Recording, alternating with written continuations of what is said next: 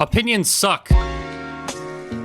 If you've existed for any amount of time in the past 50 years, your life was likely affected by some form of art. Most people have actually even had their lives changed from some sort of creative media. Maybe you watched a band documentary and decided to become a musician. Maybe you watched Grey's Anatomy and decided to become a nurse. Or maybe you watched anime and decided to stop wearing deodorant. It typically involves us unsuspectingly taken out of our mundane lives and into the imaginative world of a creator. We connect with it, and then we return to the physical world changed in some way. Sometimes these changes manifest more so as subtle influences than existential motivations. But whether we know it or not, we're constantly picking up new experiences, images, messages, and ideas in this digital age that we allow to shape our identity. Now imagine for a moment that the song that got you through a really hard breakup, or that movie that inspired your career path, or that guilty pleasure show that brings back the fondest memories of your childhood.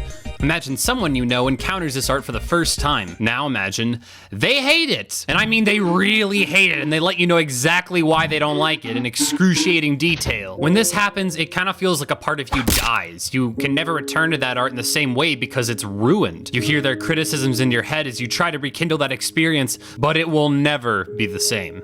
If you're like me, you wondered why this happens. Well, the answer is actually quite simple, and unlike most people who complain, I'm actually going to propose a solution. Every moment of our lives, we're shaped by the world around us. Touch fire, burn your finger, we know fire's hot. Make a joke in front of the class, people laugh, we think we're funny. Someone mentions how much they hate Brussels sprouts, we assume Brussels sprouts must be bad.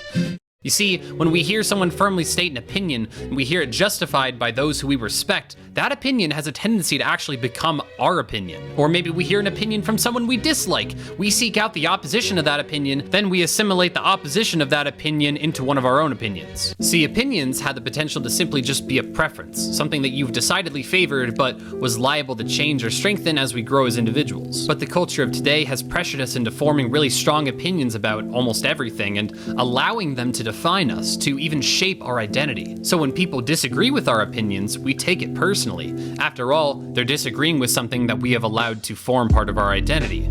We end up identifying with groups that we believe will protect us from getting hurt, and then when someone disagrees, they belong to the group of the enemy. We write them off as no longer people because they're no longer individuals, they are now whatever throwaway, evil, modern buzzword groups exist, like incels, or SJWs, or white supremacists, or Nazis. So now that we're all basically defined by our opinions, we start identifying other people by their opinions.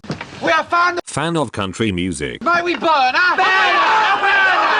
Who you know she is a fan of country music. She looks like one! You don't like Spider-Man 3? Whoops, you're F tier. You like Spider-Man 3? You can come in my fort. My mom got us some Pringles. When it comes to art, this problem arises because of the fact that two people can experience the exact same thing and have two completely different outlooks on it. You could watch a movie and think it's predictable and poorly written and completely unenjoyable, while someone else might watch it and feel inspired to better themselves, to treat others with greater kindness and to achieve even more in life.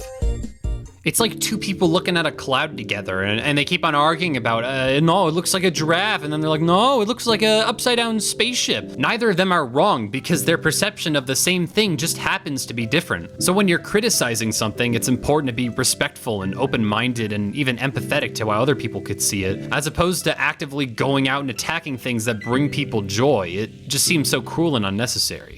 So writing off people because they disagree with you on one thing is just such a waste, because just like you probably aren't defined by a single preference, you gotta keep in mind the same thing goes for other people. And because of this, we can find different ways to connect with different people, making each relationship so unique. Let me guess, you like Star Wars. I like Star Wars too.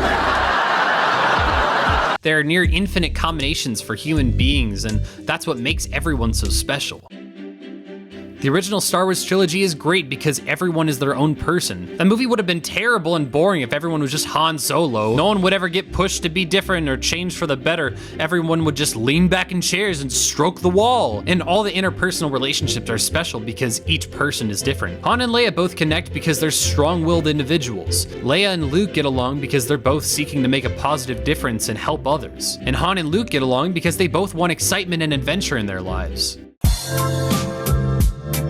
If you lost track of what's going on or you just want the cliff notes, here's the takeaway.